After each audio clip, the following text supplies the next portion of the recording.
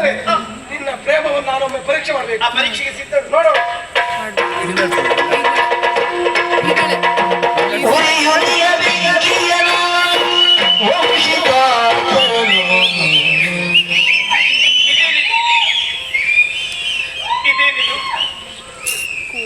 ಈಗ ತಾನೇ ದೇವರ ಕೋಣೆಯಲ್ಲಿ ಹೊತ್ತಿಸಿಟ್ಟಂತ ದೀಪವಿದು.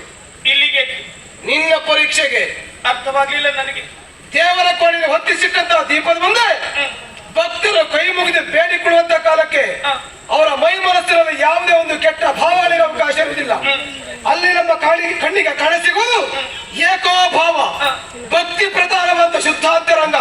ಹೇಳಿದೆ ನನಗೆ ಪ್ರೀತಿಸ್ತೇನೆ, ಪ್ರೇಮಿಸ್ತೇನೆ ಎಂಬ ಹಾಗೆ ನಿಜವಾಗಿ ನನ್ನ ಪ್ರೇಮಿಸುವುದೇ ಸತ್ಯವಾದ ಅಂತಾದ್ರೆ ಈ ದೀಪವನ್ನು ಮುಟ್ಟಿ ಆಳ್ವಾದ ಹೇಳು.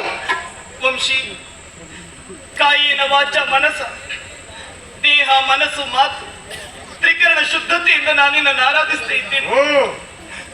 ದೇವರ ಕೋಣೆಯಲ್ಲಿರುವಂತ ಈ ಜ್ಯೋತಿಯನ್ನು ಮುಟ್ಟಿದ್ರೆ ನಮ್ಮ ಪ್ರೇಮ ಜ್ಯೋತಿ ಬೆಳಗುತ್ತದಂತಾದ್ರೆ ನನ್ನ ಮಾತುಗಳನ್ನು ಕೇಳು ವಂಶಿ. ಈ ಅಗ್ನಿಯಾಣೆಯಾಗಿ ನಾನಿನ್ನನ್ನು ಪ್ರೀತಿಸುತ್ತಿದ್ದ ಸತ್ಯ.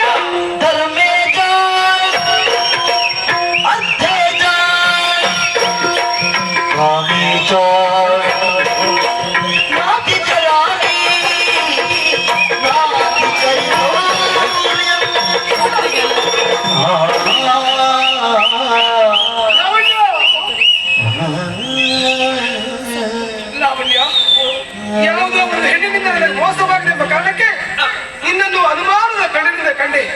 ನಾ ಮಾಡಿದ್ದ ಪರೀಕ್ಷೆಯಿಂದಲಾಗಿ ನಿನ್ನ ಕೈ ಸುಟ್ಟು ಬೆಂದು ಹೋಗಿದ್ದಲ್ಲಿ ದಯವಿಟ್ಟು ನನ್ನನ್ನು ಕ್ಷಮಿಸು ಲಾವಣ್ಯ.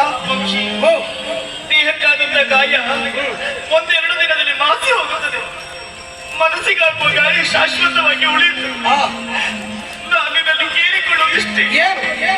ಮುಂದೆಂದಿಗೂ ನೀ ನನ್ನ ಮನಸ್ಸನ್ನು ಘಾಸಿಗೊಳಿಸದೆ ಸಹಿಸಿಕೊಳ್ಳುವ ಶಕ್ತಿ ನನಗಿಲ್ಲ ವಂಶಿ. ಲಾವಣ್ಯ, ಯಾವುದೇ ಕಾರಣಕ್ಕೂ ನಿನ್ನ ಮನಸ್ಸಿಗೆ ನೋವನ್ನೇ ನಾನು ಬಿಡುವುದಿಲ್ಲ. ನಿನ್ನನ್ನು ನಾವು ಯಾವತ್ತೂ ದೂರ ಮಾಡುವುದಿಲ್ಲ ಲಾವಣ್ಯ.